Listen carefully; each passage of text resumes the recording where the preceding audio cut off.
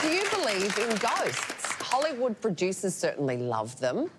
All the way from comedy fantasies such as Ghostbusters that play for laughs to erotic scenes like Hot as Wheel duet of Demi Moore and Patrick Swayze in the movie Ghost. Just think about it, people. It's a lesbian sex scene with Whoopi Goldberg. Oh, don't ruin it. Sorry.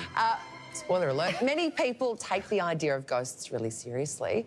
So let's check out this recent poll. 35% of Australians agreed that ghosts exist and can influence their will on the living. And 39% agreed that angels and demons are active in the world. Now, writer Helen Croft has drawn on her own experiences to write her novel, The Orb Within. And she is on the panel now. Welcome to the show, Jane. You had your first encounter with a ghost, you say, at the age of 5. Can you take us back and tell us what happened? Yeah, I was living in England at the time, in Birmingham, and a semi-detached house, which wasn't really that old. Everybody assumes that it's got to be an old property to have a ghost, but it's not always the case.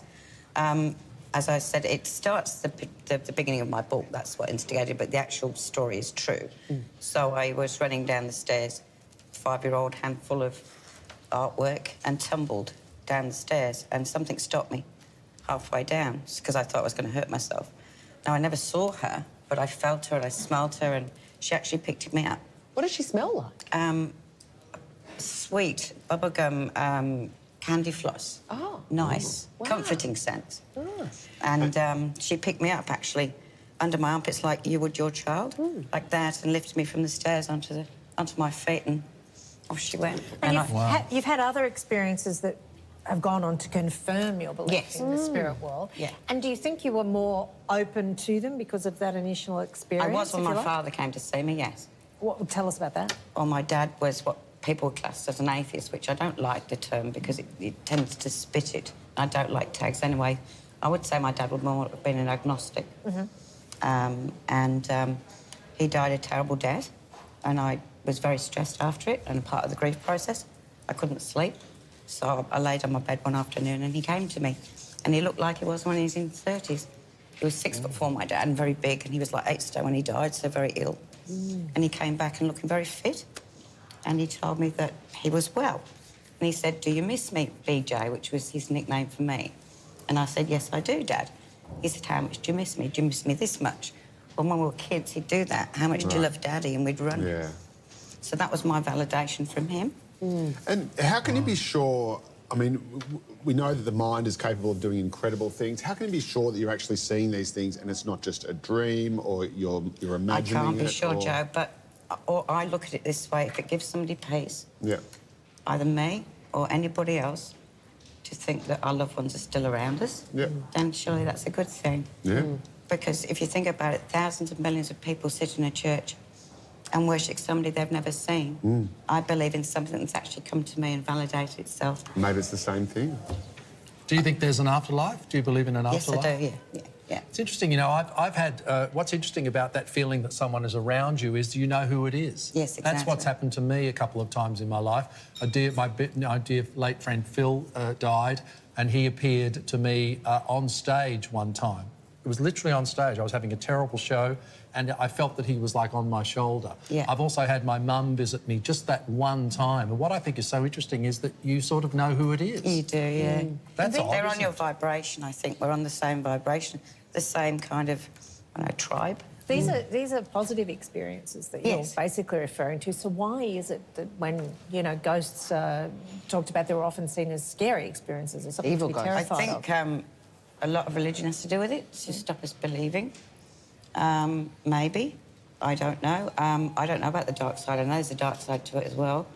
I don't know why some ghosts Well, then you've got stay and some that poltergeists. don't. You know, you have mischievous spirits. I lived in a flat once where everything kept getting moved around. Yes, that's You quite try and common. find something, the keys or a bit of jewellery or something, and there it would be right in the middle of the floor. Yes. It definitely wasn't your stoner housemate, No, Barry.